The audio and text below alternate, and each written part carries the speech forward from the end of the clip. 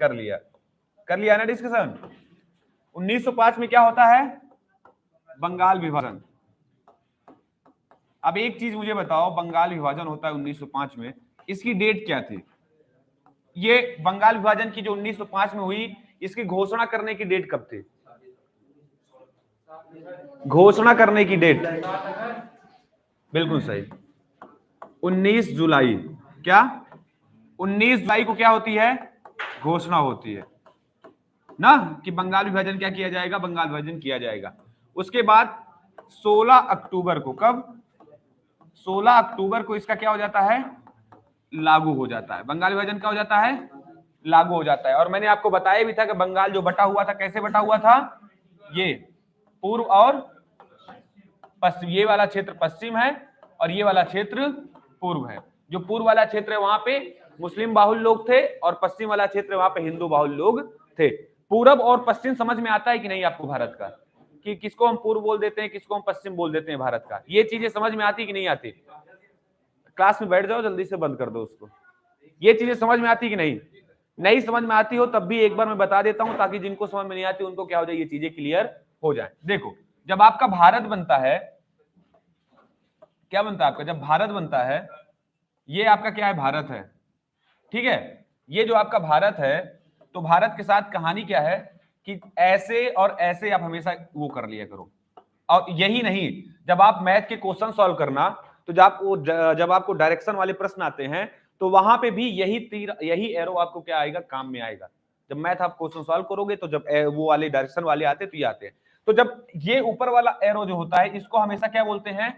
उत्तर। और नीचे वाले को बोलते हैं दक्षिण, साउथ बोलते हैं। और इधर वाले को क्या बोलते हैं? पूर्व बोलते हैं। इधर वाले को पश्चिम बोलते हैं। तो इसीलिए अब बंगाल को अगर हम दो भागों में बांटेंगे, तो इसको भी ऐसे करेंगे ना? करेंगे ऐसे। तो दो भागों में जब ऐसे बांट दिया जाता है, तो ये वाला और ये वाला क्षेत्र, इसीलिए इसको पूर्व बोलते हैं, इसको क्या बोलते हैं? पश्चिम बोलते हैं, ठीक है ना। इस तरह विभाजन किया गया था पूर्व और पश्चिम में बंगाल का। फिर आगे हमने बात किया था किस चीज के बारे में? बंगाल विभाजन के बाद 1906 की बात आती है। 1906 में किसकी गठन किया जाता है? एक वो जिसका नाम था मुस्लिम लीग ना। ये कुछ इंपॉर्टेंट चीजें हैं जो एक बार रिकॉल आपको करवा दूं। मुस्लिम लीग का गठन किया जाता है और कब किया जाता है? दिसंबर, 31 दिसंबर को किया जाता है मुस्लिम लीग का गठन ना। दिसंबर में मुस्लिम लीग का गठन कर दिया जाता है 1906 में। 1906 के बाद 1907 की घटना आती है और साथ में क्या होता है? सूरत अधिवेशन। और सूरत अधिवेशन में क्या होता है? कांग्रेस का हो जाता है विभाजन। कांग्रेस का क्या होता है? कांग्रेस का विभाजन हो जाता है। और कांग्रेस का विभाजन कैसे होता है? किसमें होता है? उग्रवादी दल या नरम दल, उग्रवादी या और उदारवादी, ठीक ना। या इन्हीं को आप क्या बोलते हो? इन्हीं को बोलते हो आप गरम दल, और इनको क्या बोलते हो आप? नरम दल, ठीक है ना। ये सिर्फ नाम से है कि ऐसे लोग जो लिबरल है, मॉडरेट है, मॉडरेट मतलब ज्यादा ये सब चीजें नहीं चाहते हैं, ब्रिटिश के साथ ही रहना चाहते हैं, उनके खिलाफ कार्य नहीं करना चाहते हैं, वो लोग किसमें आ गए? नरम दल में आ गए। और जिन्होंने मान लिया कि नहीं अब ब्रिटिश ऐसे नहीं जाएंगे, ब्रिटिश बात ऐसे सुनने वाले नहीं है, तो किसमें आ गए? गरम दल में आ गए, ठीक है ना। इन चीजों को आप लोग याद रखिएगा, इन चीजों को आप लोग नहीं भूलेंगे। 8 में मैंने बताया था कि जो वहां पे कैनेडी की बम फेंक दिया जाता है खुदीराम बोस द्वारा, तो कैनेडी क्या हो जाते हैं? कैनेडी और उनकी बेटी की हत्या हो जाए, मतलब मर जाते हैं अनचाहे में, वो वाली घटना हुई। फिर उनको फांसी पे चढ़ा दिया जाता है। 18 साल के लगभग वो रहते हैं जब उनको फांसी पे चढ़ाया जाता है, इसीलिए सबसे छोटी उम्र के व्यक्ति वो माने जाते हैं, ठीक है ना। अब आगे देखो, आगे यहां पे 1919 सॉरी 1909, 1909 का एक्ट है जिसका नाम है मार्ले मिंटो सुधार। क्या नाम है? मार्ले मिंटो सुधार।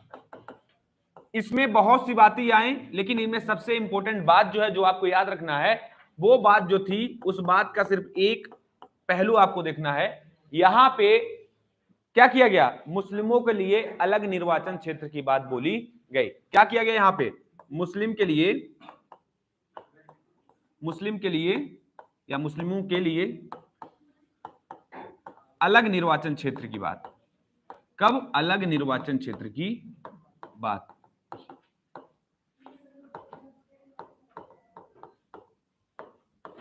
क्षेत्र की बात यहां पे की गई, ठीक है ना। ये किसने इस मांग को रखा था? इस मांग को रखा था मुस्लिम लीग ने, जिसको बाद में क्या कर लिया गया? पूरा कर लिया गया। ठीक है, लेकिन एक बात याद रखना, इस मांग को मान तो लिया गया, लेकिन कांग्रेस इसके क्या थे? खिलाफ थे। कांग्रेस बिल्कुल भी नहीं चाहते थे कि मुस्लिमों को क्या मिले? अलग निर्वाचन क्षेत्र का अधिकार मिले, क्योंकि ये एक तरह से भारत को फूट डालो और राज करो की नीति के तहत ये चीजें की जा रही थी, इसलिए कांग्रेस इस चीज के पक्ष में नहीं थे। कांग्रेस पहली बार पता कब इस चीज को एक्सेप्ट करेंगे कि चलो ठीक है कोई बात नहीं है, हम एक्सेप्ट करते हैं, जब 1916 का लखनऊ समझौता होता है, जहां पे मुस्लिम लीग और कांग्रेस साथ में आती है आपस में कार्य करने के लिए, ब्रिटिश के ऊपर दबाव बनाने के लिए, तो वहां पे ही ये निर्णय लिया जाता है। तो मुस्लिम लीग जब आती है साथ में, तो सबसे पहले एक चीज बोलती है कांग्रेस से कि देखो हम तब आपके साथ आएंगे जब आप इस चीज को एक्सेप्ट कर लोगे कि जो मुस्लिमों के लिए अलग निर्वाचन क्षेत्र मिला हुआ है वो आप मानते हो, उसका विरोध नहीं करते हो। तो कांग्रेस बोल देती है ठीक है चलो हम इस चीज को क्या करते हैं? एक्सेप्ट करते हैं। इस चीज को कांग्रेस 1916 में मानती है, अभी कांग्रेस मान नहीं रही होती। अब हम लोग आ गए थे 1910 में। 1910 में हमारे लिए कोई बहुत महत्वपूर्ण घटनाएं नहीं है, घटना है 1911 में। क्या है? अब जो घटना चलेगी वो चलेगी 1911 में। आओ देखते हैं, 1911 पे चलते हैं। पहले कुछ चीजें हम वो कर दे रहे हैं, पढ़ा दे रहे हैं, उसके बाद क्या करते हैं? पीपीटी पे आएंगे। ठीक है, आते हैं 1911 में। 1911 आपको याद रखना है, हर हाल में याद रखना है। और याद किस लिए रखना है? तो यहां पे तीन चीजों के लिए। कितनी चीजों के लिए? तीन चीजें तो आपको याद ही रखनी है इससे। सबसे पहले कहा यहां पे क्या होता है? तो यहां पे होता है दिल्ली दरबार। 1911 में क्या होता है? दिल्ली दरबार। दिल्ली दरबार। और ये जो दिल्ली दरबार था, ये कौन सा दिल्ली दरबार था? तीसरा। कौन सा था? तीसरा दिल्ली दरबार था। इससे पहले भी दो दिल्ली दरबार आए थे, एक आता है 1878 में, 77 में, एक आता है 1903 में, और एक जो आ रहा है ये कब आ रहा है? 1911 में आ रहा है। ठीक है ना, ये अलग अलग दिल्ली दरबार अलग टाइम पीरियड पे आए हैं। ये इंपॉर्टेंट नहीं है, ये वाला इंपॉर्टेंट है आपके लिए, क्योंकि यहाँ पे महारानी विक्टोरिया जो थी उनको केसर हिंद की उपाधि से सम्मानित किया जाता है। और 1911 वाला जो दिल्ली दरबार है, यहाँ पे बहुत से निर्णय लिए जाते हैं, इसलिए क्या होता है ये चीज आपके लिए इंपॉर्टेंट होती है। तो यहाँ पे तीन घटनाएं दिल्ली दरबार से निकलेंगी, एक जगह से नहीं निकलेंगी। तो उसको मैं क्या करता हूं? इसको हटाता हूं और इधर बातें लिखने का प्रयास करता हूं। देखो, जो ये दिल्ली दरबार है, दिल्ली दरबार से तीन चीजें निकलेंगी। सबसे पहले क्या होगा? बंगाल विभाजन को रद्द कर दिया जाए। क्या किया जाएगा? बंगाल विभाजन क्या हो जाएगा? रद्द होगा। जो बंगाल विभाजन चल रहा था उसको कब रद्द किया जाता है? 1911 में। लेकिन आप ये बताओ, क्या बंगाल विभाजन रद्द कर देने से चीजें सही हो गई? नहीं, क्योंकि मेन उद्देश्य ब्रिटिशों का क्या था बंगाल का विभाजन करने का? क्या था आप बताओ? बंगाल का विभाजन क्यों किया गया था?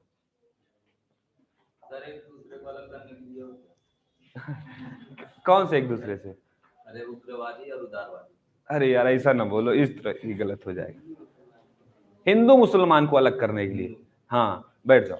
तो हिंदू मुस्लिम को अलग करने के लिए ही मेन अंदर का जो उद्देश्य था वो था। बाकी वो बोलते थे भाई कि हम प्रशासन व्यवस्था अच्छे संभालेंगे, इसलिए वो चीजें उन्होंने बोली थी। वो चीजें उनकी थी नहीं, सिर्फ उनका बोलना था। ठीक है, तो उनका क्या उद्देश्य पूरा हो गया था कि नहीं? कैसे? थोड़ा मुझे एग्जांपल दे दो कि किस आधार पे आप ये कह रहे हो कि पूरा हो गया था। मुस्लिम लीग का गठन हो गया पहला। दूसरा बताओ? पृथक निर्वाचन क्षेत्र मिल गया ना। मेन इंपॉर्टेंट बात तो यही है। मुस्लिम लीग का 1906 में गठन करवा दिया, इससे मुस्लिमों के लिए अलग से क्या बन गई? संस्था बन गई। मुस्लिम अपने आप को हिंदुओं से, भारत से क्या समझने लगे? अलग समझने। दूसरा, जब उनको पृथक निर्वाचन दिया गया कब? 1909 में, तब भी क्या हुआ? उनको अलग एक तरह से कर दिया गया। तो जो उनकी मेन मंशा थी वो मंशा तो उनकी क्या हो गई? पूरी हो गई। फूट डालो और राज करो वाली जो कहानी थी वो तो उनकी आ गई, उन्होंने फूट डलवा दिया। अब बंगाल विभाजन रद्द भी करते हैं तो इससे क्या लेना लादना? कुछ निकल के आएगा सामने? नहीं आएगा। और बंगाल विभाजन रद्द किया गया, ये सिर्फ बात बोली गई। क्या बोली गई? बात। एक तरह से बंगाल का विभाजन रद्द हुआ ही नहीं। देखा जाए तो बंगाल विभाजित हुआ और कुछ क्षेत्रों में बंगाल को बांटा गया। कौन कौन से क्षेत्र समझना। बंगाल विभाजन को रद्द कर दिया गया, एक्सेप्ट करते हैं, लेकिन बंगाल को बांटा गया कुछ हिस्सों में। क्या किया गया? बंगाल को बांट दिया गया। यहां पे नहीं लिखते, यहां पे लिखते हैं। लेकिन बंगाल को क्या किया गया? बंगाल बांट दिया गया। कैसे बांटा गया? आपको पता होगा कि मैंने बताया था कि बंगाल में बंगाल, बिहार, उड़ीसा और असम वाले क्षेत्र क्या है? शामिल हैं। तो इन्होंने क्या किया कि जो पूर्वी वाला बंगाल था उसमें बंगाल को रखा और साथ में असम को भी शामिल कर लिया। और उसके बाद जो इधर वाला क्षेत्र था तो उन्होंने बोला ठीक है बंगाल को साइड में कर देते हैं, बंगाल से दो जो क्षेत्र हैं, एक बिहार और उड़ीसा, इनको हम क्या कर देंगे, अलग कर देंगे। समझ रहे हो, उन्होंने ऐसे बांटा, बोला कि अच्छा चलो ठीक है, पूरे बंगाल को ऐसे नहीं बांटते हैं, ऐसे बांट देते हैं कि एक तरफ कौन हो जाए, बिहार और उड़ीसा एक में आ जाए और बाकी पूरा क्या हो जाए, बंगाल हो जाए। ऐसा उन्होंने बांटा। तो यहां पे जब बांटा जाता है तो किसको बांटा जाता है, यहां पे बिहार और उड़ीसा साथ में आते हैं। कौन आता है, बिहार प्लस उड़ीसा, और साथ में क्या रहेगा, बंगाल। समझ रहे हो ना, साथ में क्या, ये दो क्षेत्रों में इन्होंने क्या किया, बांट दिया। एक तरफ आए बंगाल, बिहार और उड़ीसा, और एक तरफ आता है बंगाल। ये सब जितनी भी घटनाएं चल रही हैं, सब 31 दिसंबर की है। कब की है, 31 दिसंबर की, क्योंकि दिल्ली दरबार में जो ये घोषणाएं हुई थी वो 31 दिसंबर 1911 को हुई थी। कब हुई थी, 31 दिसंबर 1911। सारी घटनाएं दिसंबर की चल रही है, ठीक है। अब यहां पे जब ये चीजें हो गई तो इस दो क्षेत्रों में बढ़ गया। अभी ये सिर्फ घोषणा चल रही है, दिल्ली दरबार में क्या हो रही है, घोषणा हो रही है, अभी कोई चीज लागू नहीं है, क्योंकि अभी हम कहां पे हैं, 11 में है। ये सारी चीजें कब लागू होंगी, 12 में लागू होंगी। जब 1912 आएगा जनवरी, तब वहां पे ये सारी चीजें क्या हो जाएंगी, लागू हो जाएंगी। अभी ये सारी चीजें सिर्फ बोली जा रही, घोषणा होता नहीं कि आज आपने घोषणा किया और फिर, हाँ एक तरह से नहीं, प्रस्ताव और घोषणा में दूसरी चीज होती है। प्रस्ताव किसी चीज के लिए लाया जाता है और घोषणा होती है कि अब ये चीज होगी। प्रस्ताव में डाउट रहता है कि शायद हो या ना हो, लेकिन घोषणा कंफर्म होता है कि अब ये चीज होगी। कब होगी, ये डेट उट के साथ सारी चीजें आती है वहां पे, ठीक है। हाँ, प्रस्ताव में तो प्रस्ताव है जब लोग एक्सेप्ट कर लें, और घोषणा है कि भाई मोदी ने घोषणा कर दी कि नोटबंदी है तो फिर बंद हो गई। प्रस्ताव लाया जाए कि नोटबंदी होगी तो फिर अब उसमें चर्चाएं चलेगी, बहस निकलेंगी, फिर चीजें डिसाइड होगी, ठीक है। अब यहां पे देखो, ये आपको याद रखना है, ये घटना याद रखिए कि जब बंगाल विभाजन रद्द किया गया तो कितने क्षेत्रों में बांटा गया, दो क्षेत्रों में, एक तरफ बिहार और उड़ीसा और फिर बंगाल 1911 में। अब आपको यहीं से एक क्वेश्चन और निकल के सामने आएगा 1936 में। 1936 में अभी ये बंगाल, बिहार और उड़ीसा क्या है, साथ में है ना। 1936 में उड़ीसा से बिहार क्या हो जाता है, अलग हो जाता है। तो यहां पे लिख लो, उड़ीसा से क्या होता है, बिहार अलग होता है। वो दोनों बोल सकते हो, चाहे बिहार से उड़ीसा, तो उड़ीसा से बिहार, दोनों होंगे अलग ही, समझ रहे हो ना। उड़ीसा से बिहार अलग हो गया और क्या बनता है, बिहार एक राज्य बनता है अलग से। तो बिहार राज्य की उत्पत्ति के पीछे के कारण समझ रहे हो ना, बिहार राज्य कैसे बना, जो आज के बिहार आप देख रहे हो वो कैसे फॉर्मेशन उसका हुआ, कैसे वो बनता हुआ चला आया। पहले क्या था, बंगाल के हिस्से में था, पूरा बंगाल में, बंगाल से अलग हुआ तो उड़ीसा के साथ आया, और फिर 36 में उड़ीसा से अलग हुआ तो खुद का स्वयं क्या बना, बिहार बना। समझ रहे हो, ये चीजें आपको याद रखनी है। यहां पे आपसे पूछ सकता है कि बिहार से उड़ीसा कब अलग हुआ या उड़ीसा से बिहार कब अलग हुआ, तो 1936 में। और बंगाल से कब अलग हुआ, 11, 12 भी बोल सकते हो, 11-12 दोनों डेट रही। घोषणा कब की गई और लागू कब हुआ, वो दोनों वहां पे आपको क्वेश्चन पढ़ते वक्त इन चीजों को ध्यान में रखनी पड़ेगी। ये घटना घटी। अब यहां पे एक घटना और घटेगी, इसको मैं हटा दूं क्या, ये जो लिखा हुआ इसको हटा दूं, ठीक। यहां पे देखो, अब कुछ घटना और घटेंगी, यही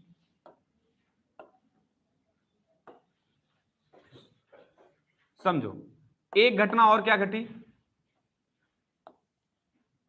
एक घटना ये घटी कि आपको पता है कि सन 1774 से, जब 1774 में क्या किया गया, भारत की राजधानी बनाई गई कलकत्ता।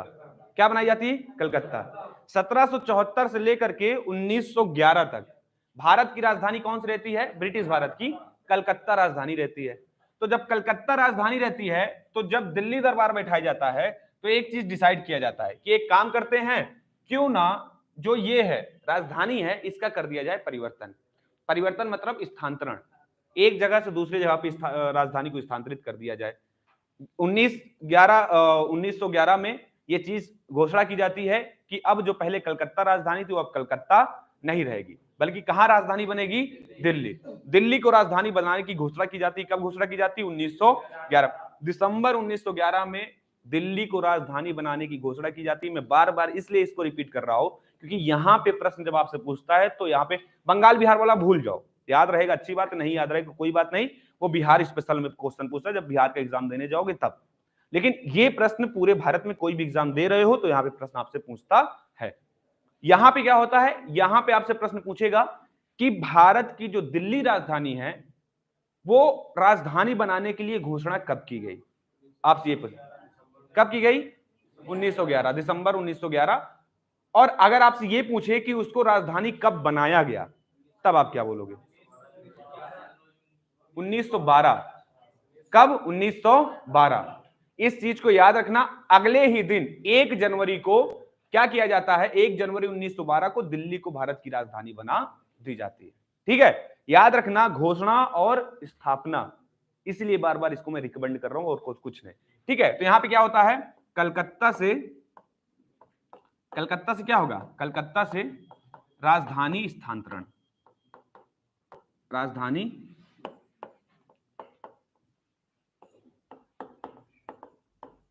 कहां होगा? दिल्ली। ठीक है ना, दिल्ली होगी। और स्थापित कब होगी? स्थापित 1912 ही लिख लो, जनवरी जनवरी नहीं पूछता है। ठीक है, 1912। स्थापित कब होगी? 1912। घोषणा कब हो रही? 1911 में हो गई। एक चीज बताओ, ये दिल्ली दरबार जो बैठा, तो दिल्ली दरबार के टाइम पीरियड पे इस समय भारत का वायसराय कौन था? हार्डिंग ही था, कंफर्म। लॉर्ड हार्डिंग द्वितीय था, क्योंकि लॉर्ड हार्डिंग जो है प्रथम, वो 1844 में गद्दी पे बैठता है। 1844 वाला जो वायसराय है, एलन बरो के बाद जो वायसराय आता है, और डलहौजी के पहले जो वायसराय रहता है, एलन बरो और डलहौजी के बीच में जो वायसराय रहता है, वो रहता है लॉर्ड हार्डिंग। ठीक है ना, तो वो प्रथम हो गया, क्योंकि 1911 में जब वायसराय बैठता है, कौन बैठता है? लॉर्ड हार्डिंग द्वितीय बैठता है। जैसे एक मैंने बताया था वारेन हेस्टिंग, और एक बताया था लॉर्ड हेस्टिंग ना, वारेन हेस्टिंग लॉर्ड हेस्टिंग अलग है दोनों। इसी तरह लॉर्ड हार्डिंग प्रथम और लॉर्ड हार्डिंग द्वितीय, ये दोनों का टाइम पीरियड क्या है? अलग अलग है। तो इस टाइम पे वायसराय कौन रहता है? लॉर्ड हार्डिंग द्वितीय।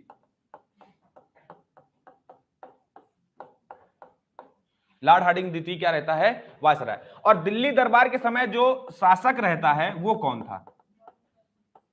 जॉर्ज प्रथम? कौन सा? पंचम। जॉर्ज क्या?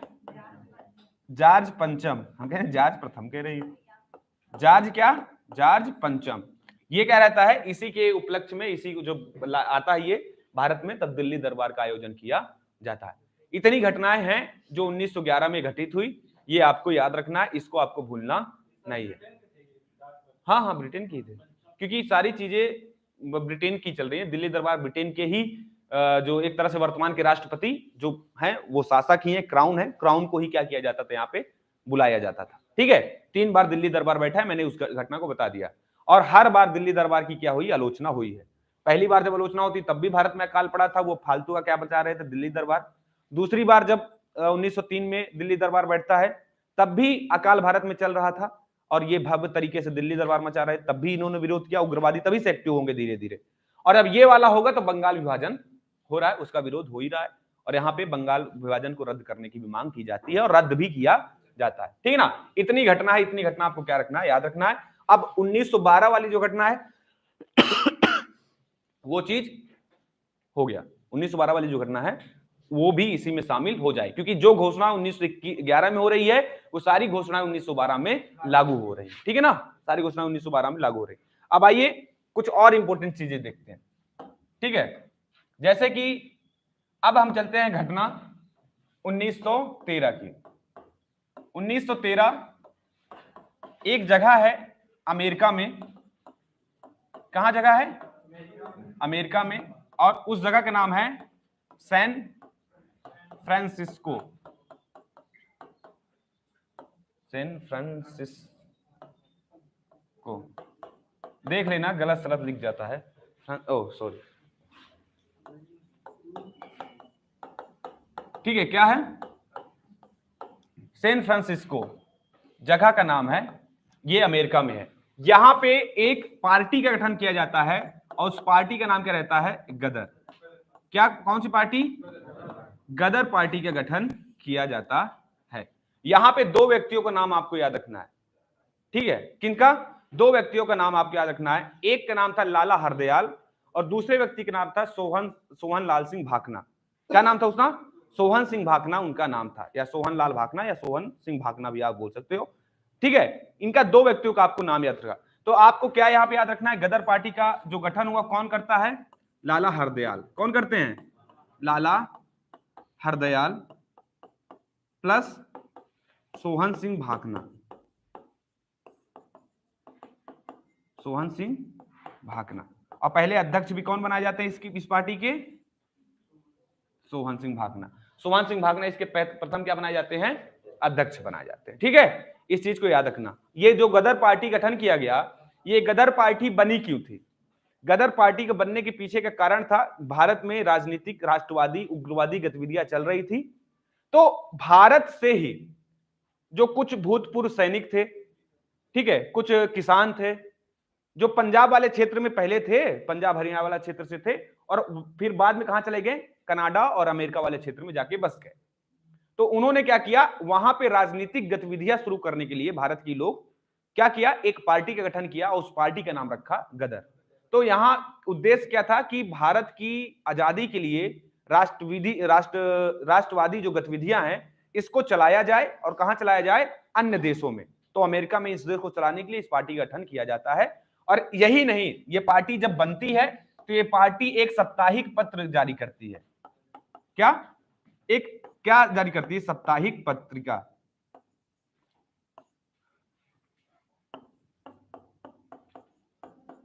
क्या जारी करती है, साप्ताहिक पत्रिका। का नाम क्या था, क्या नाम था पत्रिका का, गदर ही नाम था पत्रिका का। गदर पत्रिका क्या करती है, जारी करती है। और ये इंपॉर्टेंट इसलिए है क्योंकि यहां पे प्रश्न ये नहीं पूछता, प्रश्न आपसे ये पूछता है कि ये जो पत्रिका थी गदर, ये जब पहली बार छपी तो किस लैंग्वेज में छपी, किस लैंग्वेज में छपी। जब पहली बार ये पत्रिका जारी होती है तो ये छपती है किस लैंग्वेज में, उर्दू। किस में, उर्दू में। लेकिन एक सप्ताह बाद जब इनको पता चलता है कि उर्दू ज्यादा काबिल नहीं है, काबिल मतलब कि नहीं फैल नहीं पाएगी सही से, लोगों तक जानकारी नहीं पहुंचा पाएगी, तो इन्होंने क्या किया, उर्दू को हटा करके फिर एक सप्ताह बाद इन्होंने गुरुमुखी में, किसमें, गुरुमुखी आपको पता है सिखों की वो है, उसमें उसमें क्या किया, शुरू कर दिया इसको छपवाना।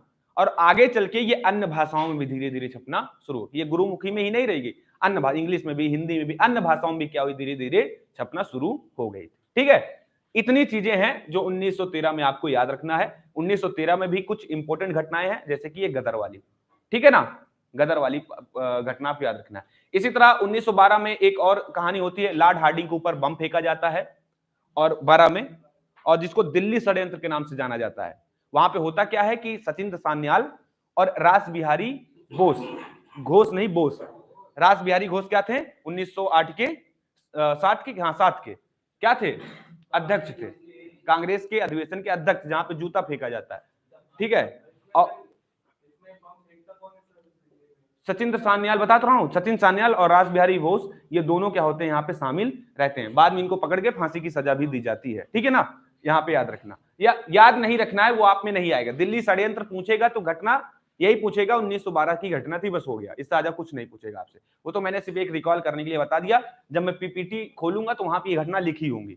अगर मैं ईयर बाय ईयर बता रहा हूँ ना घटनाएं, तो वहां पे वो घटनाएं लिखी होंगी। अभी तो मैं इसलिए थोड़ा सा बता रहा हूँ ताकि आपको चीजें क्या हो जाए, एक बार रिकॉल हो जाए, समझ में आ जाए, ताकि जब टॉपिक में जाएं तो मेन टॉपिक आपको क्या याद रखना है, वो आपको याद रहे।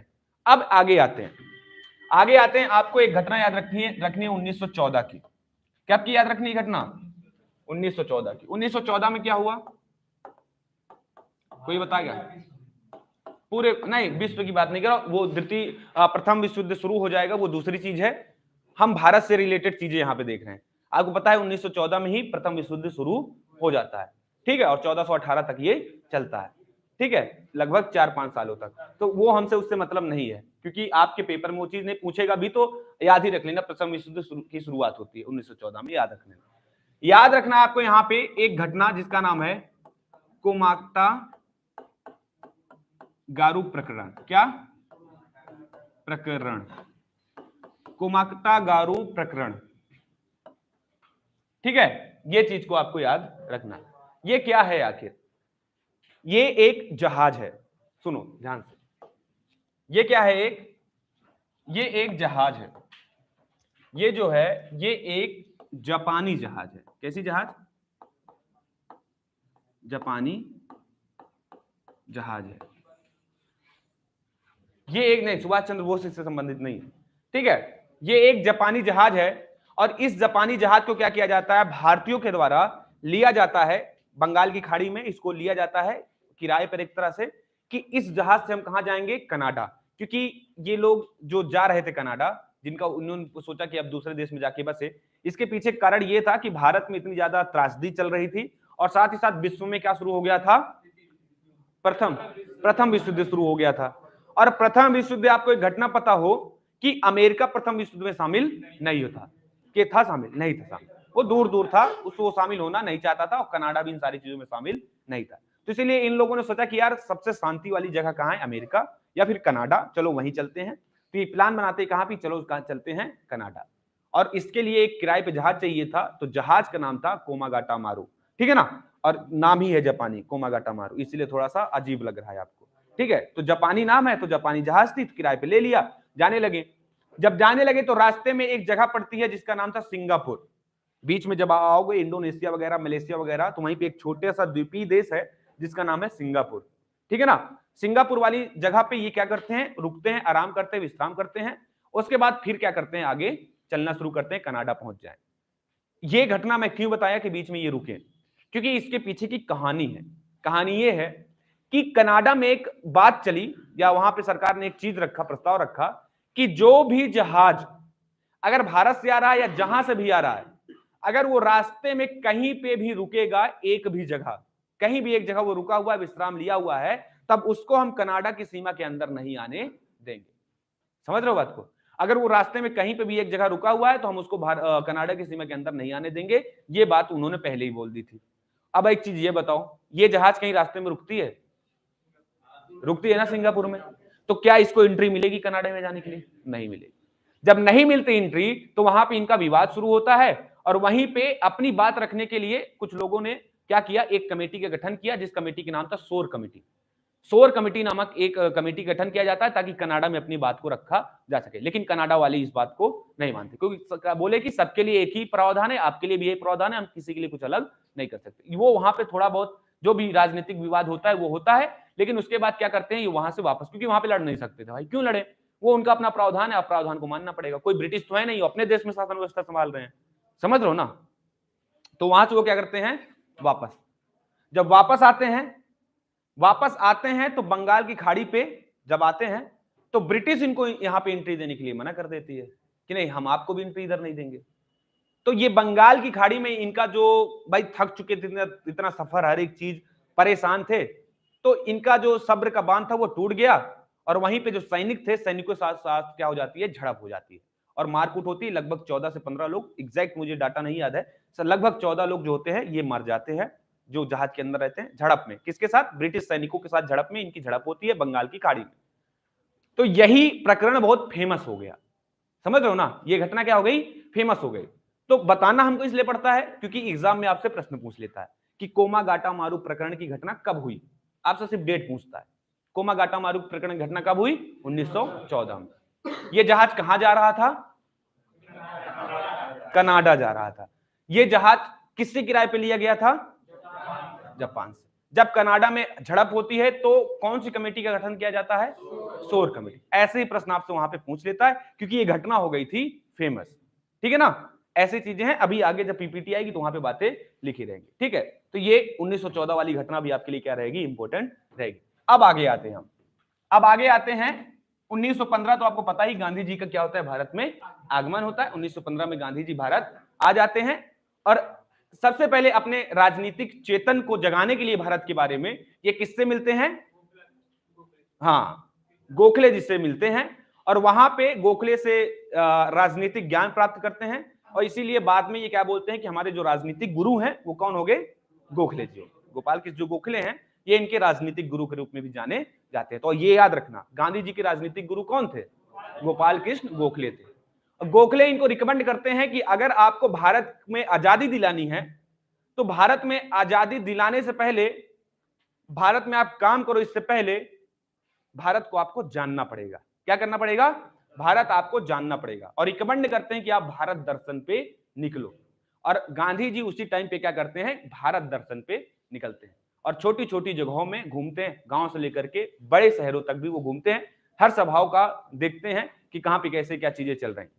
और इन सारी चीजों के बाद कांग्रेस के अधिवेशन में जब पहली बार उनको बोलने का मौका मिलता है तो वो सीधा सीधा बोलते हैं कि कांग्रेस एक मंच ऐसा बन गया है जहां पे अगर हम लोग आएंगे कुछ टाइम के लिए, साल में एक बार मिलेंगे, और जहां पे सिर्फ संभ्रांत लोग बैठ रहे हैं, गरीबों की बात नहीं सुनी जा रही है, तो इस तरह आप कभी भी आजादी नहीं प्राप्त कर सकते हो और ना कभी मिल पाएगी। आप आपस में लड़ोगे, नरम दल गरम दल ये करते रहोगे, तो ये तो मौका मिलेगा किनको अलग होने का। मुस्लिम लीग, मुस्लिम अपना अलग ढिंडोरा पीट रहा है और हिंदू अपना अलग पीट रहा है। ये सारी चीजें कभी भी एक राष्ट्र बनाने के लिए सही नहीं है। ऐसी बातें जब भाषण वगैरह देते हैं तो लोग प्रभावित होते हैं। उसी भाषण में एक व्यक्ति था जिसका नाम था रामचंद्र शुक्ल, वो भी इनको सुन रहे थे। जब वो सुन रहे थे तो बिहार में एक उस समय पे बड़ा ही एक प्रावधान था नील की खेती के लिए, जिसको 3 कठिया प्रणाली बोली जाती थी। नील की खेती के लिए 3 कठिया प्रणाली चालू थी, और साथ ही साथ बिहार में ही तकावी ऋण एक चालू था। तकावी ऋण होता है किसानों को दिया जाने वाला ऋण। ये ऋण दिल्ली सल्तनत में शुरू किया गया था। किसके द्वारा शुरू किया था? मोहम्मद बिन तुगलक के द्वारा। मोहम्मद बिन तुगलक ने तकावी ऋण की शुरुआत की थी, जिसे सोनधर भी बोला जाता था। ये ऋण ऐसा है जहां पे किसानों को ऋण प्रदान किया जाता है सरकार के द्वारा, ताकि वो कृषि कार्य में लग सकें किसी दूसरे से उधार मांगे बिना।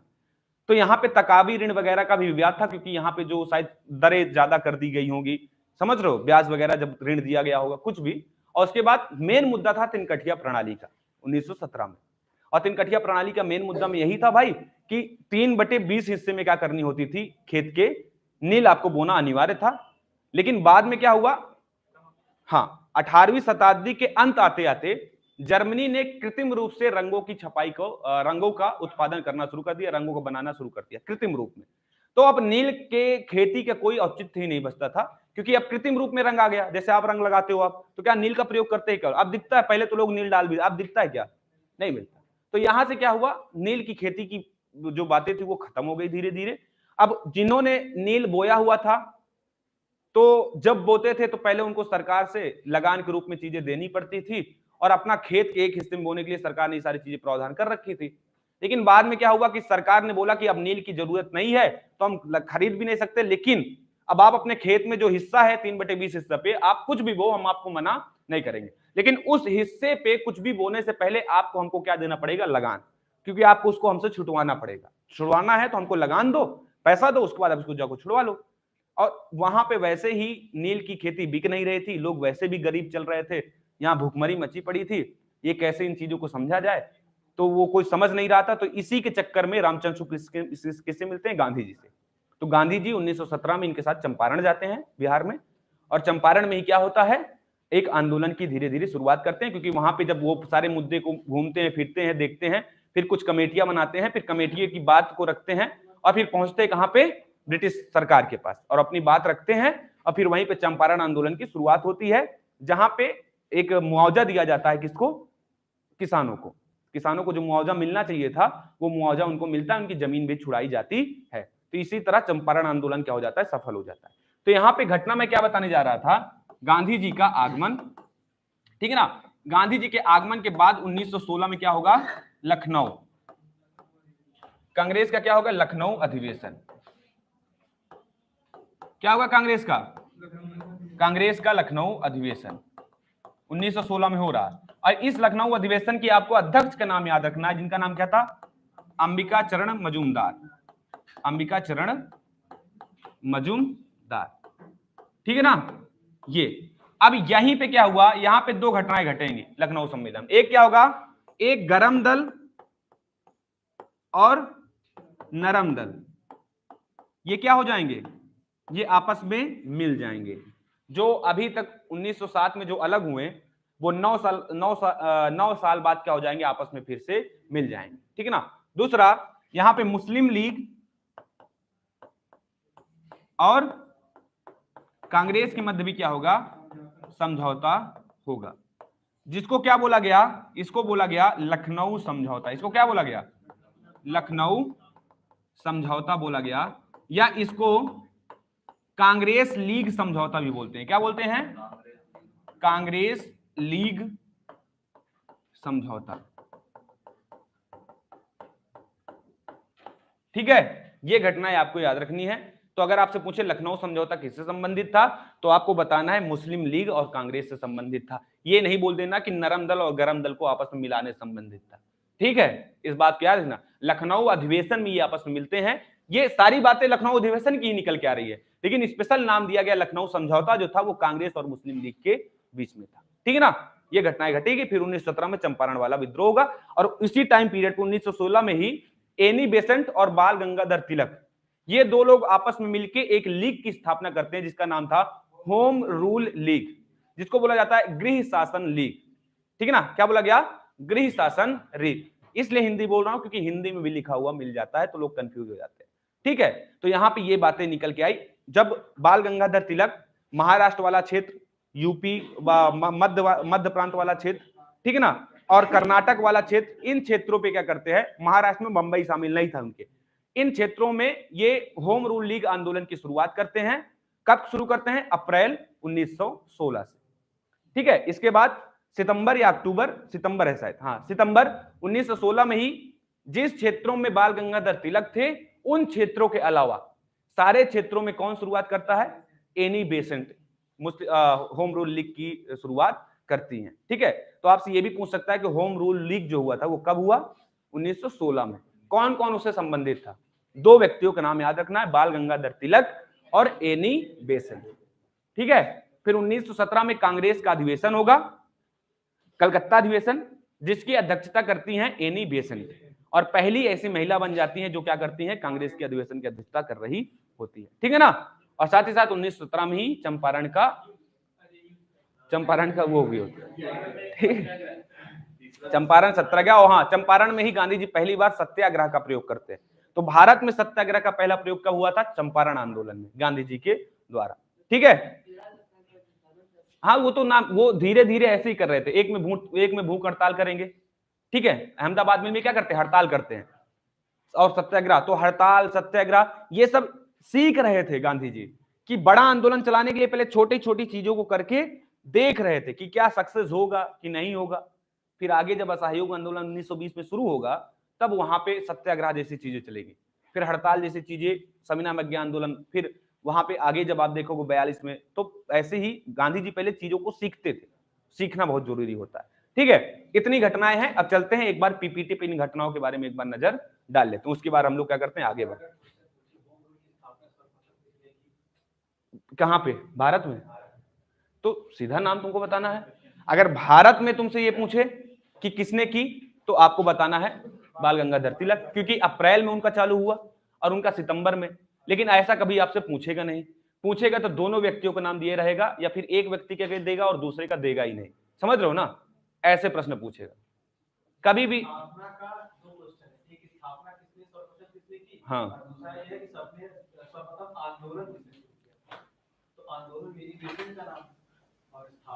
आंदोलन तो वो तो जब 1893 में आती है तभी शुरुआत कर देती हैं धीरे, जो सोसाइटी बनी रहती है, जो साथ में आते हैं उनके साथ, उनका नाम क्या था, एग्जैक्ट नाम मुझे याद नहीं आ रहा। 93 में जब उनका आगमन होता है एनी बेसेंट का, उसके बाद से आंदोलन में भारत में सक्रिय हो जाती है धीरे धीरे। ठीक है, और अगर एक हिसाब से देखा जाए तो अगर तुम स्पेशल होम रूल लीग की बात करोगे तो देखा जाए तो होम रूल लीग जो है वो तो एनी बेसेंट का ही है। समझ रहे हो ना, क्योंकि आयरलैंड में होम रूल लीग चल रहा था पहले से, तो है तो एनी बेसेंट का ही। लेकिन अगर यहां पे बात करोगे तो अगर वो वहां पे आओगे भारत में सर्वप्रथम, तो बात करेंगे किसका, बाल गंगाधर तिलक। लेकिन अगर देखा जाए किसका है तो वो तो एनी बेसेंट का ही है। समझ रहे हो, प्रश्न जब भी आएगा तो प्रश्न को आपको पढ़ना है, उसके बाद अपना तर्क यूज करना है, क्योंकि वहां पे आंसर आपको अपने तर्क पे ही मिलेगा। समझ रहे हो, तर्क का प्रयोग करके। मैं पहले ही बता रहा हूं, होम रूल लीग आंदोलन आयरलैंड में पहले से चल रहा था, सिर्फ आयरलैंड के तर्ज पे भारत में भी होम रूल लीग आंदोलन चलाने की बात या डिमांड रखी गई, और इससे बहुत पहले ही जुड़ी हुई थी कौन, एनी बेसेंट। तो देखा जाए तो एनी बेसेंट ही है, लेकिन भारत में बात किया जाएगा तो 16 अप्रैल को बाल गंगाधर तिलक हो जाएंगे, और फिर सितंबर में कौन होंगी, एनी बेसेंट होंगी। तो सारी वो जो क्वेश्चन की प्रवृत्ति के ऊपर डिपेंड करे कैसे प्रश्न वहां पे बन रहे हैं। ऐसे प्रश्न मैं बना के दूंगा, आप परेशान मत हो, ठीक है ना। ऐसे प्रश्न बना के दूंगा कैसे कहां पे क्या, फिर उसका आंसर भी आपको बताऊं, तो इससे आपको चीजें क्लियर रहेंगी। अब आते हैं 1905 में, आपको पता ही हमने बात किया था servant of India society Gopal Krishna Gokhale द्वारा, ये सब तो हो चुका है सब, ठीक है ना। ये सब क्या होते हैं, 10 पे आते हैं, सीधा हमको कहां पे आना है, 10 पे। 7 हो चुका है कांग्रेस का सूरत अधिवेशन, ये भी हो चुका है, ये भी हो चुका, माल्य मिंटो सुधार। और हाँ ठीक है, अब यहाँ पे आते हैं, 10 में इंपॉर्टेंट नहीं है, 11 में हमारे लिए शुरू। लॉर्ड हार्डिंग द्वितीय क्या बनता है, वायसराय बनता है, उसी के बारे में सारी चीजें। 12 दिसंबर दिल्ली में भव्य दरबार का आयोजन किया गया। अब आगे जब दिसंबर आएगा 31 तो वहां पे घोषणाएं की जाएंगी। बंगाल विभाजन क्या किया गया, रद्द करने की घोषणा की गई। बिहार एक अलग राज्य बना, उड़ीसा भी इसमें शामिल था। क्या था, बिहार एक अलग राज्य के रूप में बनता है जहां पे उड़ीसा भी शामिल था। इसीलिए आपसे प्रश्न, जब बिहार वाले प्रश्न आप पेपर देने जाओगे, बिहार एसएससी हो गया या बिहार वनडे हो गया, कुछ भी आप देने जाओगे, बिहार पीसीएस हो गया, तो वहां पे ऐसे प्रश्न आते हैं, तो ये बिहार ओरिएंटेड ज्यादा है। ठीक है, अब यहां पे आते हैं, भारत की राजधानी कलकत्ता से दिल्ली स्थानांतरित करने की क्या की गई, घोषणा की गई। स्थानांतरित कब हुई, 1912 में हुई। सोशल सर्विस लीग की स्थापना नारायण मल्हार जोशी, यहां पे मल्हार लिखा हुआ है, नारायण मल्हार जोशी, जिसको एम.एन. जोशी, क्या एन.एम. जोशी क्या बोलते हैं, एन.एम. जोशी के नाम से जाना जाता है। तो आपसे ये प्रश्न याद रखना, यह इंपॉर्टेंट हो जाएगा। यहां पे आपसे कभी कभी जब संस्थाओं के बारे में पूछता है तो पूछ लेता है कि सोशल सर्विस लीग जो है उसकी स्थापना किसने की थी, तो याद रखोगे क्या नाम रखो, नारायण मल्हार जोशी। एन.एम. जोशी जो थे, अब कभी कभी पूरा नाम लिखा हुआ नहीं मिलेगा, सिर्फ एन.एम. जोशी ही लिखा हुआ आपको मिलेगा। ठीक है ना, तो किसने की थी, एन.एम. जोशी ने की थी। अब आगे यहां पे 12 में राजधानी दिल्ली को बना दिया गया और दिल्ली प्रांत का गठन किया गया। लॉर्ड हार्डिंग पर जो हमने बम वाली घटना बताई, दिल्ली के चांदनी चौक पर सचिंद्र सान्याल एवं रास बिहारी बोस द्वारा बम फेंका गया। इसी को नाम क्या दिया गया, दिल्ली षड्यंत्र। तो आपसे प्रश्न पूछ लेगा दिल्ली षड्यंत्र क्या है, तो दिल्ली षड्यंत्र यही है कि लॉर्ड हार्डिंग पे चांदनी चौक में बम फेंका जाता है और शामिल थे सचिंद्र सान्याल और कौन शामिल था, रास बिहारी बोस। और यह घटना है 1912 की, और इसी घटना को दिल्ली षड्यंत्र के रूप में जाना जाता है। फिर नेहरू, देखो नेहरू कांग्रेस में एक्टिव कब होंगे, ये 1912 से एक्टिव होते हैं। नेहरू पहली बार 28वीं अधिवेशन में जो बांकीपुर में हुई थी कांग्रेस की, वहां पे उपस्थित हुए थे, सिर्फ ना कोई भाषण ना कुछ, मतलब एक मंच में वो भी जाके अपने पिताजी के साथ खड़े थे। तो ये क्लियर होता है कि नेहरू 1912 में कांग्रेस के प्रति उनका रुझान बढ़ गया था, वो कांग्रेस में आना शुरू हो गए। तब कब शुरू हो गए थे, 1912 से। ठीक है ना, बांकीपुर अधिवेशन था तो पहली बार शामिल होते हैं। प्रश्न में पूछ सकता है कि नेहरू सर्वप्रथम किस अधिवेशन में, कांग्रेस के किस अधिवेशन में शामिल हुए थे, तो बांकीपुर अधिवेशन जो था, और कब हुआ था, 1912 में हुआ था। ठीक है ना, अगला है यहाँ पे इलिंगिस्टन कमीशन, जिसको हम रॉयल कमीशन बोलते हैं। ये पब्लिक सर्विसेज से संबंधित है। यहाँ पे पब्लिक सर्विसेज का मतलब समझ रहे हो ना, जैसे सिविल सर्विसेज जो है वर्तमान में आईएएस पीसीएस, उस समय मजिस्ट्रेट जो बनते थे उस एग्जाम के लिए था, तो उसमें सुधार की बात करती है। रॉयल कमीशन अलग अलग टाइम पे अलग अलग चीजों के लिए बनती रही है। ये सिविल सर्विसेज संबंधित है। इसी तरह एक रॉयल कमीशन बनता है, वो अफीम से संबंधित था, अफीम उत्पादन से, अफीम का दवाओं में प्रयोग से, ऐसे संबंधित रॉयल कमीशन। तो अलग अलग टाइम पीरियड पे अलग अलग चीजों के लिए बनता रहे। ठीक है, यहाँ पे अबुल कलाम आजाद के बारे में आपको पता ही होगा। इनके लिए सबसे इंपॉर्टेंट एक चीज क्या है कि ये 1940 से लेकर के, कब से, 40 से लेकर के 1945 तक कांग्रेस के क्या रहते हैं, अध्यक्ष रहते हैं। अबुल कलाम आजाद ही थे ना, 1940 से 1945 तक कांग्रेस के अध्यक्ष रहते हैं, सबसे लंबे टाइम पीरियड के लिए, है ना, सबसे लंबे टाइम पीरियड के लिए कांग्रेस के अध्यक्ष रहने वाले व्यक्ति कौन है, अबुल कलाम आजाद है। और यही नहीं, सबसे कम उम्र में कांग्रेस के अध्यक्ष रहने वाले कौन है, ये सबसे कम उम्र में चुने जाने वाले व्यक्ति जो कांग्रेस के अध्यक्ष चुने जाते, कौन थे, ये अबुल कलाम आजाद। ठीक है, एपीजे अब्दुल कलाम नहीं, वो अब्दुल कलाम आजाद दूसरे, अबुल कलाम आजाद। ठीक है, आगे बढ़े, आगे देखो 13 की घटना है। आपको पता है 13 में रविन्द्रनाथ टैगोर को क्या प्राप्त हुआ था, नोबेल पुरस्कार प्रदान किया जाता है। भारत ही नहीं, एशिया के पहले व्यक्ति कौन, हाँ, एशिया के पहले व्यक्ति थे रविन्द्रनाथ टैगोर, जिनको क्या प्राप्त हुआ, नोबेल पुरस्कार प्रदान किया जाता है। पुस्तक का नाम क्या था, गीतांजलि। पुस्तक का नाम क्या था, गीतांजलि नामक पुस्तक थी, जिसके लिए उनको क्या प्राप्त होता है, नोबेल पुरस्कार प्राप्त होता है। ठीक है, और किसका नोबेल था, ये साहित्य का नोबेल। किस चीज का, ये भी लिख लो, किस चीज का नोबेल था, साहित्य का नोबेल था। ये यहां से प्रश्न पूछेगा, हो सकता है कि आपके एग्जाम में छपा हो, इस 3 स्टेटमेंट से कोई भी एक स्टेट पे प्रश्न आपसे पूछ सकता है। कब प्राप्त हुआ, 1913। किसके लिए प्राप्त हुआ, पुस्तक का नाम गीतांजलि।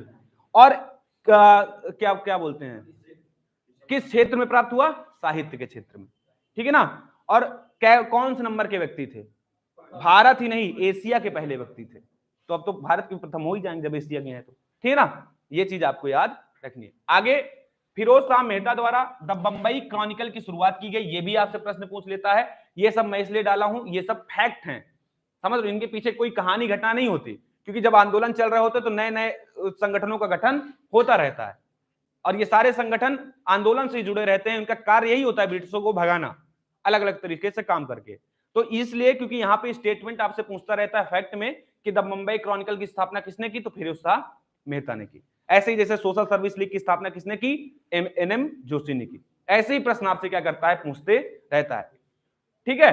आगे यहाँ पे ये जो सैन फ्रांसिस्को वाली घटना है जो हमने बात किया, लाला हरदयाल एवं काशीराम द्वारा, काशीराम भी इसमें शामिल थे, ऐसा नहीं कि सोहन सिंह भागना नहीं थे, और ऐसा भी नहीं कि सिर्फ यही 3 व्यक्ति थे, बहुत से ज्यादा व्यक्ति थे। काशीराम पे जल्दी प्रश्न नहीं पूछता है, इसलिए मैंने वहां पे नहीं बताया, समझ रहे हो ना।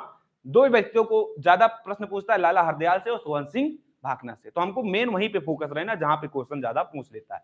द्वारा गदर पार्टी का क्या किया गया, गठन किया गया, और सोहन लाल सिंह भागना इसके क्या बने, प्रथम अध्यक्ष बने थे। 1 नवंबर 1913 को गदर अखबार का पहला अंक प्रकाशित हुआ, जो उर्दू में था। किसमें था?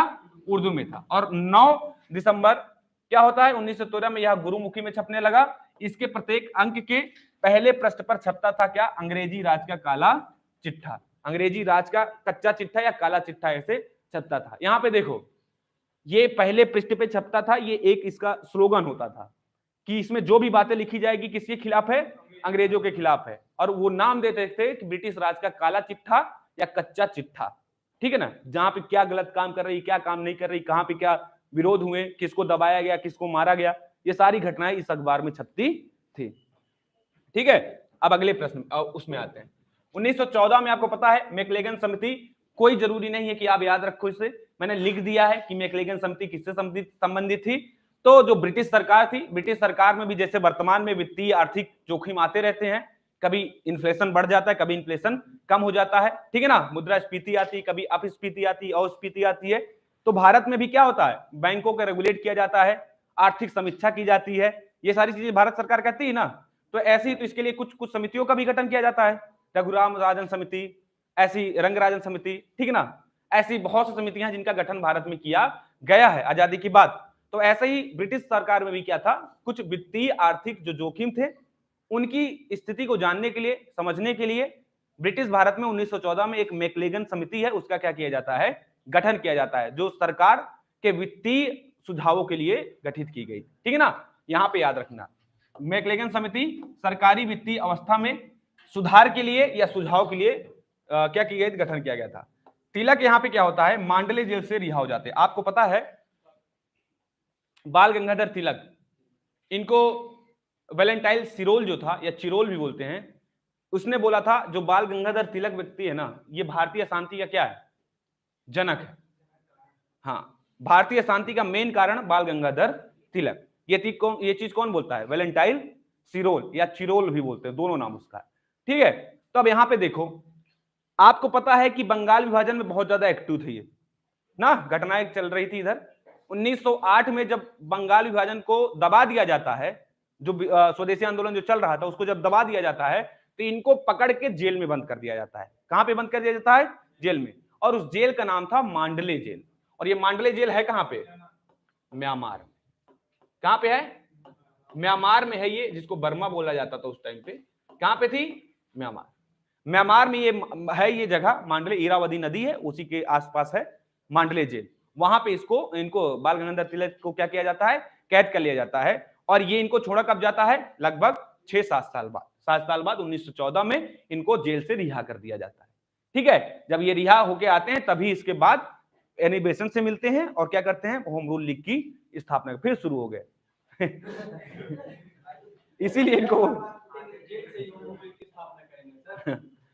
क्या करेंगे, हाँ, तो वही तो जब आएंगे तो शुरू हो जाएगा फिर से। इनकी कहानी यही है, ठीक है। अब पनामा नहर से, आपको ये नहर है, आपसे कोई लेना लादना नहीं है, आपके लिए इंपॉर्टेंट नहीं है, ठीक है। ये सिर्फ स्टेटमेंट में लिख गया, कोई बात। एनी बेसेंट द्वारा न्यू इंडिया प्रकाशित की गई। आपसे प्रश्न भी पूछता है कि न्यू इंडिया नामक जो अखबार है या न्यू इंडिया किसने प्रकाशित किया था, तो कौन प्रकाशित करती हैं, एनी बेसेंट करती है, ठीक है ना। ये भी आपसे प्रश्न पूछता है। 1914 में कोमाटा गारू, यहाँ पे कोमाटा यत्ता भी लिखता है, कोमाटा मारू, मारू लिखा हुआ है क्या, गारू है, ठीक है ना। ये मारू मूवी वाली कहानी नहीं है, मारी मूवी है ना, कैसे कौन, हाँ मरी मारी पता नहीं क्या है, किका मारी भाई, तुमका मारी का मान लीजिए कोमाटा गारू क्या होता है, ये एक जापानी जहाज था, और ये चीज, इस जहाज को किराए पे कौन लेते हैं, गुरुदत्त। गुरुदत्त क्या करते हैं, इस जहाज को किराए पे लेते हैं। ये चीज को आप लोग याद रखेंगे, ये फैक्ट है, ये पीडीएफ में आपके पास भेज दूंगा, आपको परेशान होने की जरूरत नहीं है, ठीक है। अब आगे चलते हैं। 1915 में हिंदू महासभा का क्या किया गया, गठन किया गया, और गठन करने वाले व्यक्ति कौन थे, मदन मोहन मालवीय। ये भी आपसे प्रश्न पूछेगा कि हिंदू महासभा का गठन करने वाले व्यक्ति कौन थे, तो वो थे मदन मोहन मालवीय। कब करते हैं, 1915 में करते हैं। आपको पता होना चाहिए कि आगे चल के यही क्या करेंगे, बीएचयू की स्थापना करेंगे, ठीक है ना, यही बीएचयू की स्थापना करते हैं। ये हिंदुत्व के उसमें ज्यादा प्रभाव में थे, और मतलब जाति विरोधी नहीं, इनका मानना था कि हिंदुत्व को क्या करना है, खड़ा करना है। तो इसके लिए नए नए कॉलेजों की, नए नए चीजों की स्थापना करते रहते थे, ठीक है। आगे यहाँ पे गांधी जी दक्षिण अफ्रीका से कहां लौटते हैं, और अहमदाबाद में सत्याग्रह आश्रम की क्या करते हैं, स्थापना करते हैं। तो सत्याग्रह आश्रम की स्थापना कहां पे की गई, अहमदाबाद में की गई। कब की गई, 1915 में की गई, ठीक है ना। आगे यहाँ पे गोपाल कृष्ण गोखले का निधन हो जाएगा, और निधन से पहले ही क्या होता है, गांधी जी से ये मिल चुके होते हैं। जब ये अपने दौरे पे जाते हैं तब तक इनके क्या हो जाती है, डेथ हो जाती है। तो गांधी ने इनको क्या माना है, अपना राजनीतिक गुरु माना है। एनी बेसेंट द्वारा होम रूल लीग की गठन की घोषणा की जाती है, कब, 25 दिसंबर को। और अंग्रेज सरकार द्वारा, ये 1915 की बात है, अंग्रेज सरकार द्वारा गांधी जी के कैसर ए हिंद की उपाधि से सम्मानित किया जाता है। अब देखो यहाँ पे गांधी जी को भी कैसर ए हिंद की उपाधि से क्या किया जाता है, सम्मानित किया जाता है। आखिर क्यों सम्मानित किया जाता है, इसके पीछे का कारण भी जान लो। जब गांधी जी यहाँ पे आते हैं ना, तो गांधी जी पहले फेवर में थे, किसके फेवर में थे, ब्रिटिशों के, क्योंकि उस टाइम पे चल रहा था प्रथम विश्व युद्ध। और यहाँ पे जो उग्रवादी लोग थे, ये बिल्कुल भी नहीं चाहते थे कि जो अपने भारतीय सैनिक हैं वो ब्रिटिशों की तरफ से युद्ध में भाग ले। लेकिन जब गांधी जी आते हैं तो ये ब्रिटिशों का फेवर लेते हैं, और यहाँ पे लोगों से मिलते हैं, जुलते हैं, बोलते हैं कि युद्ध में लड़ने जाना चाहिए, देश तो आखिर अपना ही है, ब्रिटिश भले शासन कर रहे हैं, हमको लड़ना चाहिए, हम हारेंगे, हमारे ऊपर उनका शासन हो जाएगा, दूसरे का, अभी ब्रिटिश का शासन है, बाद में किसी दूसरे, हाँ वो तो बताएंगे ना हम बाद में, तभी तो रॉयल एक्ट वगैरह आएगा, वो मैं बताऊंगा, अभी वहां पे नहीं है ना, तभी तो कैसर हिंद की उपाधि वगैरह सब लौटा देंगे, वो दूसरी चीज है। यहाँ पे क्या होगा, तो ये गांधी जी सबसे मिलेंगे और बोलेंगे कि आप क्या करो, युद्ध में शामिल हो।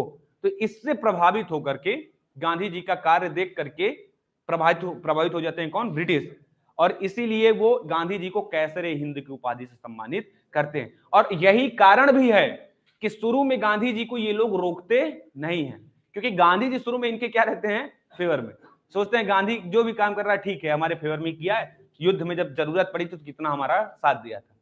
तो इसीलिए चंपारण वगैरह में इनको नहीं रोका जाता, नहीं तो इनको कब को रोक दिया जाता, अहमदाबाद में नहीं रोका जाता। आप देखना 1920 इनको रोकना शुरू होगा, फिर 18 तक नहीं रोकेंगे जब तक युद्ध चल रहा है, समझ रहे हो ना। युद्ध के बाद इनको रोकना शुरू कर, जब जान जाएंगे नहीं नहीं अब गांधी अब मतलब खतरा है अपने लिए, ठीक है, हाँ, गांधी अब बदल गए, गांधी पार्टी बदल लिया गांधी, ठीक है। तो यहाँ पे कैसर हिंद की जो उपाधि है किस लिए सम्मान में दी जाती है, क्योंकि इन्होंने प्रथम विश्व युद्ध में ब्रिटिशों की मदद की थी भारतीय सैनिकों को वहां पे शामिल करने में, ठीक है। अब आगे क्या है, कहां पे, नहीं तो 15 में इस चीज की घोषणा की जाती है ना। जैसे मैंने पहले ही बताया कि आयरलैंड में ऑलरेडी पहले से चल रही थी, ठीक है। अब 14 में जब मांडले से रिहा होते हैं बाल गंगाधर तिलक, तो 16 में स्थापना होती होम रूल लीग की, और सबसे पहले करते कौन है, तो करते हैं बाल गंगाधर तिलक 16 अप्रैल को। लेकिन क्या बाल गंगाधर तिलक अपने से शुरू कर देंगे क्या, नहीं, क्योंकि जो आयरलैंड में चल रही थी उससे जुड़े हुए थे कौन, एनी बेसेंट।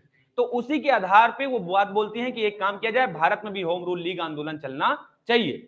तो इसी को वो पहले घोषणा करती हैं, कौन करती हैं, एनी बेसेंट, दिसंबर में, कि होम रूल लीग भारत में गठन किया जाएगा। और उनसे आके कौन मिलते हैं, तिलक मिलते हैं, बाल गंगाधर तिलक। और फिर भारत में सबसे पहले स्थापित करते हैं कौन, बाल गंगाधर तिलक, जो अप्रैल में होता है, सितंबर में वो करती हैं, स्थापना और घोषणा मैंने क्या बताया, अलग अलग चीजें ना। जैसे कि दिल्ली घोषणा कब हुई कि दिल्ली बनेगी राजधानी, 11 में, और बनती कब है, 12 में। इसी तरह होम रूल लीग आंदोलन होगा, घोषणा की गई 15 में दिसंबर, और बनता कब है, 16 अप्रैल, 1 अप्रैल कौन बनाएगा, बाल गंगाधर तिलक, और फिर सितंबर में एनी बेसिन। ये चीज, इस चीज को याद रखनी, थोड़ा इतिहास यहीं पे, इतिहास थोड़ा फैक्ट्स पे जब आप जाओगे ना तो डाटा इधर उधर आपको मिलेगा। और एक चीज ये भी याद रख लो, हर बुक में 1-2 दिन का डाटा इधर उधर हो जाएगा आपको, ये भी रहता है, ठीक है। अब आगे यहां पे देखते हैं 16 में कांग्रेस का क्या हो रहा है, लखनऊ अधिवेशन, अध्यक्ष कौन है, बंकिम चरण अंबिका चरण मजूमदार, और मुस्लिम लीग और आईएनसी में क्या हो जाएगा, एक समझौता, और गरम दल और नरम दल में भी क्या हो जाता है, समझौता हो जाता है। इस चीज के बारे में हमने देख चुके हैं, हम बात कर चुके हैं, अभी हम सब सिर्फ स्टेटमेंट देख रहे हैं कहां पे क्या है। उसके बाद बनारस हिंदू विश्वविद्यालय क्या की जाएगी, स्थापना करने वाले व्यक्ति कौन है, मदन मोहन मालवीय। कौन करते हैं, मदन मोहन मालवीय। और मदन मोहन मालवीय इसकी स्थापना करते, इसका नाम क्या था, बीएचयू, आज के बीएचयू को आप ही बनारस हिंदू विश्वविद्यालय आप बोलते हो, ठीक है। आगे पूना में प्रथम महिला विश्वविद्यालय की स्थापना की जाएगी। आगे ये सब इंपॉर्टेंट नहीं है, जो इंपॉर्टेंट है ये वाला, बाल गंगाधर तिलक द्वारा स्वशासन प्राप्त होती 28 अप्रैल 1916 में पूजा पूना, ये पूजा नहीं पूना, ठीक है ना, ठीक है। यहाँ पे पूना में होम रूल लीग की क्या की जाएगी, स्थापना की गई। वही एनी बेसेंट द्वारा सितंबर 1916 में इसकी स्थापना की गई। मद्रास में होम रूल लीग की स्थापना की, हाँ, एनी बेसेंट मद्रास में करती हैं और ये पूना में करती हैं। याद रखो इनका जो क्षेत्र था ये कर्नाटक में था, महाराष्ट्र में था, लेकिन महाराष्ट्र में जो बंबई है ना वो शामिल नहीं था। महाराष्ट्र पता है ना, महाराष्ट्र कौन कौन जानता है, बंबई जानते हो कि महाराष्ट्र जानते हो, महाराष्ट्र किसके अंदर है, ये सही पकड़ी है, सिर्फ वो बोला बंबई के अंदर है, महाराष्ट्र कैसे बंबई के अंदर हो सकता है भाई, ये जो भी बोला है कोई ना कोई। महाराष्ट्र भारत के अंदर है और महाराष्ट्र के अंदर बंबई है, ठीक है ना, तो बंबई इसमें शामिल नहीं था, ये मैं बताना चाह रहा हूं कि इनके क्षेत्र में बंबई शामिल नहीं था। और उसके बाद मध्य प्रांत जो है वहां पे भी ये फैला हुआ था इनका क्षेत्र, और बाकी फिर जितना पूरा क्षेत्र बचेगा, पूरा क्षेत्र किसके में चला जाएगा, एनी बेसिन के क्षेत्र में चला जाएगा। एनी बेसिन का कोई क्षेत्र डिसाइड नहीं है, स्थापना लेकिन मद्रास में करती हैं। और ये चीज मैं पहले बता, ये जॉर्ज अरुणडेल की लीग का क्या था, इनका सचिव बनाया गया था, किनकी, जॉर्ज अरुणडेल जो हैं ये एनी बेसिन की जो लीग थी उसके सचिव थे, बाल गंगाधर तिलक की लीग का कोई सचिव नहीं था, ठीक है ना, ये खुद थे। आगे गांधी ने अहमदाबाद के करीब साबरमती आश्रम की क्या की थी, स्थापना की थी। पहले वहां पे करते हैं एक आश्रम की स्थापना, सत्याग्रह आश्रम की स्थापना, फिर यहाँ पे साबरमती आश्रम की स्थापना कब करते हैं, 1916 में करते हैं। अब आगे देखो, अब यहां 17 की घटना है, चेम्सफोर्ड 1916 में क्या बन जाता है, भारत का वायसराय। हार्डिंग कब तक रहा, 15 तक रहा, अब 16 से 21 तक कौन रहेगा, चेम्सफोर्ड रहेगा भारत का वायसराय। अब जितनी भी घटना चल रही किस कौन से वायसराय टाइम पीरियड पे चल रही है, चेम्सफोर्ड वायसराय। 1917 की घटना आपको याद ही है, कांग्रेस तथा मुस्लिम लीग की पहली संयुक्त बैठक हुई जो शायद इलाहाबाद में होती है, शायद इलाहाबाद में होती है, एग्जैक्ट मुझे क्लियर नहीं है, इसको देख लेना कहां पे होती है, इलाहाबाद में होती है ना, हाँ इलाहाबाद में होती है। आगे मॉन्टेग्यू घोषणा, भारत में स्वायत्त शासी संस्थाओं का क्रमिक विकास तथा उत्तरदायी सरकार की स्थापना 20 अगस्त 1917 में होती है। आपको एक चीज पता होगा कि युद्ध चल रहा था और युद्ध में जो भारतीय तो उन्होंने बोला कि ठीक है हम हिस्सेदारी निभाएंगे, लेकिन एक चीज डिसाइड करो कि जब भारत आजाद, जब युद्ध खत्म हो जाएगा तो भारत को स्वशासन दिया जाएगा, स्वायत्त सरकार बनाने का अधिकार दिया जाएगा। ये सारी बातें क्या आप मानते हो, तो ब्रिटिश तो थे लालची, बोले हाँ हाँ बिल्कुल बिल्कुल, अभी साथ दे, उनको ये था अभी साथ दे तो बाद में तो हम बताएंगे तुमको क्या करते हैं क्या नहीं करते, ठीक है। उन्होंने बोल दिया कि ठीक है हम एक्सेप्ट करते हैं, और इसीलिए ये अधिनियम जो है ये आना था 1919 में, अधिनियम भी 1919 में आएगा, लेकिन इसकी घोषणा कब कर दी जाती है, 1917 में। मॉन्टेग्यू चेम्सफोर्ड जो घोषणा है ये 1917 में कर दी जाती है, ठीक है। और यहाँ पे घोषणा यही की जाती है कि भारत को एक स्वायत्त शासी उत्तरदायी सरकार बनाने का हम लोग क्या करेंगे, प्रयास करेंगे, भारत को स्वशासन दिया जाएगा और जो विधानसभा है उनमें भारतीयों की संख्या वगैरह हम बढ़ाएंगे। चलो लोग खुश हो गए कि अच्छी बात है, चीजें मिलने लगी। लेकिन युद्ध सब खत्म हुआ तो एक एक्ट आता है जिसका नाम था रॉलेट एक्ट। जब रॉलेट एक्ट आता है तो लोग बड़ा क्रोधित होते हैं। क्यों क्रोधित होंगे, क्योंकि रॉलेट एक्ट को बोला जाता है बिना वकील, बिना दलील, बिना वकील और बिना हाँ इसी तरह बिना मुकदमा, जो भी है, जो जो बोलना चाहो उस एक्ट के बारे में, काला कानून तक बोले गांधी जी, ठीक है ना। तो क्या है, वो एक्ट लाया जाता है और उसमें एक्ट में ये चीज थी कि किसी भी व्यक्ति को हम किसी भी टाइम पकड़ करके और गिरफ्तार कर लेंगे और जेल में बंद कर देंगे, सिर्फ इसके आधार पे कि हमको शक है कि ये व्यक्ति क्या कर सकता है, राष्ट्रद्रोह फैला सकता है। ऐसा अगर मुझे शक हो जाए कि आप अभी बैठो कहीं, बम तो बैग में लेके नहीं बैठो, बस आपको पकड़ के जेल में बंद कर देंगे, अब पता लगा बम है भी नहीं आपके पास। ऐसा कानून था। आप सोचो, ऐसे कानून के खिलाफ विद्रोह नहीं होगा। तो इसी चीज के खिलाफ चीजें विद्रोह में थी और गांधी जी जो इतना प्रयास किए थे, इनको बहुत धक्का लगा कि हम इतना ज्यादा वो कर रहे हैं सारी चीजें। इसी में उन्होंने कैसर हिंद इन सारी चीजों की उपाधि क्या किया, लौटा दिया कि हमको नहीं चाहिए ऐसी उपाधि, ठीक है, जहां पे हमारे भारतीयों का ही शोषण हो, ठीक है। और नहीं भी लौटाते तो आगे घटना घट गई। उन्होंने एक चीज डिसाइड किया कि 6 अप्रैल से 1919 6 अप्रैल को हम पूरे भारत में क्या करेंगे, आंदोलन की शुरुआत करेंगे। गांधी जी ने इस चीज की बात बोल दी। 13 अप्रैल को आंदोलन शुरू हो गया। 13 अप्रैल 1919 अमृतसर में एक जगह है जलियांवाला बाग, वहां पे 2 व्यक्तियों, एक सैफुद्दीन किचलू, एक का नाम था सत्यपाल, ठीक है, इन 2 लोग को गिरफ्तार करके ले गई थी कौन, ब्रिटिश सरकार। तो इनके आजादी के लिए, इनकी रिहाई के लिए जलियांवाला बाग में लोग इकट्ठे हुए थे। मेला भी लगा हुआ था, मेला चल रहा था, खिचड़ी का मेला वगैरह था, ठीक है, ऐसे कुछ मेला था खिचड़ी का ही, ठीक है, बैसाखी का मेला, बैसाखी का क्या था, मेला था। और वहां पे सारी चीजें चल रही थी। तो लोगों ने एक ये भी भाई अपनी अपनी बात रख रहे थे। तो वहां पे उस टाइम पे जो वो था, क्या नाम था, Dyer, general Dyer, general Dyer उस टाइम पे उस क्षेत्र का जनरल था और उसने पहले ही चीज घोषित कर रखा था कि कहीं पे भी कोई सभा नहीं होगी। और पूरे पंजाब में क्या लगा था, कर्फ्यू लगा था। क्या लगा था, पूरे पंजाब में कर्फ्यू लगा था। और वहां पे जब उसको पता चला कि वहां पे लोग इकट्ठे हैं और सभाएं कर रहे हैं, तो उसने सोचा कि अब यहाँ पे चीजें आगे बढ़ जाएंगी। तो वो वहां पे गोला बारूद जो जो हो सकता था लेके पहुंच गया, पूरा टैंक लेके पहुंच गया, ठीक है। और चारों तरफ से सेना लगाई और गेट को बंद करवा दिया। यहां तक कि जो बाहर निकलने वाला गेट था वहां पे भी लोगों को खड़ा करवा करके गेट वहां पे भी बंद करवा दिया। और एक बार भी ये नहीं बोला कि हम क्या करते हैं, आपको वार्निंग देते हैं या कुछ भी। बिना वार्निंग के ही उसने क्या किया, गोली चलाना वहां पे शुरू कर दिया। और वहां पे जितने भी लोग थे मेले के अंदर, उनके ऊपर तड़ातड़ गोलियां वहां पे चलती रही और गोलियां चलती रही लगातार और लोग मरते रहे। भागने के लिए जगह भी नहीं बची, कहां बाजे। वहीं पे बीच में कुआं था, कुछ लोग तो कुएं में अपनी जान बचाने के लिए कूदते गए, यहां तक कि वो कुआं भर गया लोगों से, समझ रहे हो। लेकिन जब बात आई कितने लोग मरे, तो डाटा निकल के आता है कि 379 मतलब 379 लोग मरे, लगभग 380 लोग मरे, ये बात निकल के आती है। लेकिन ये झूठी रिपोर्ट थी। लगभग 1000 से ज्यादा लोग उस जलियांवाला बाग में क्या हुए थे, मर गए थे, समझ रहे हो। 1000 से ज्यादा लोगों को वो गोलियों से लगातार भून दिया जाता है। इसके विरोध में भारतीय जो कांग्रेस थी वो भी क्या करती है, एक सभा का गठन करती है, एक समिति के गठन करती है और ये इसका निंदा करती है और साथ ही साथ एक कार्रवाई करने की मांग रखती है। और जो समिति के गठन किया जाता है उसके अध्यक्ष जो थे वो थे मदन मोहन मालवीय। और उधर ब्रिटिशों से भी डिमांड की जाती है, ब्रिटिश सरकार से, कि आप भी क्या करो, एक समिति का गठन करो और जलियांवाले नरसंहार की क्या करो, एक सुनवाई या कार्रवाई इस पे कुछ किया जाए। तो वहां पे एक समिति का गठन किया जाता है। उस समिति का नाम था हंटर कमेटी। क्या नाम था, हंटर कमेटी। और हंटर कमेटी अपनी बातों को जब निकालती है, रिपोर्ट देती है, उस समिति सुनवाई चलती है, सारी चीजें, तो वो कुछ बातें बोलती हैं। बातें आप ध्यान से सुन लो। वो बोलती है कि ये चीज जो जनरल डायर ने किया, ये चीजें क्या थी, गलत थी। ये चीज हम मानते हैं, क्योंकि लोगों को थोड़ा सा जागरूक करके या लोगों को बातें समझा करके उसके बाद ही क्या किया जा सकता है, इन सारी चीजों को किया जाना चाहिए था। लेकिन अगर ध्यान से देखा जाए तो जो ये हैं जनरल डायर, इसने क्या किया, इसने राष्ट्र हित के लिए, उसको लगा कि राष्ट्र में कहीं ऐसे विद्रोह की भावनाएं ना उत्पन्न हो जाएं, इसके हित में इसने ऐसा किया। तो इसलिए हम जनरल डायर को दोषी नहीं मानते हैं।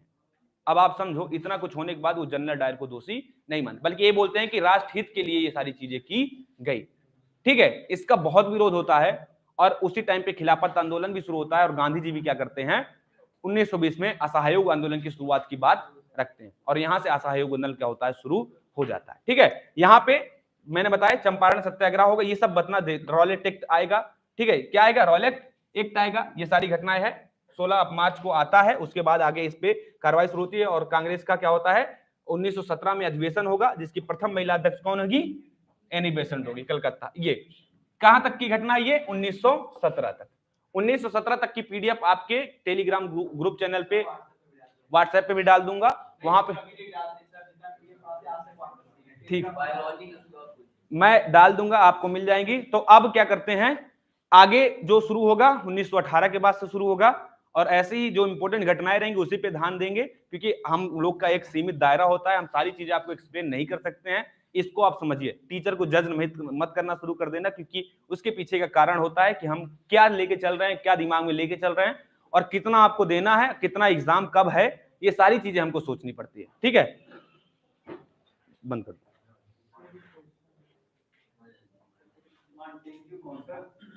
Montagu Chelmsford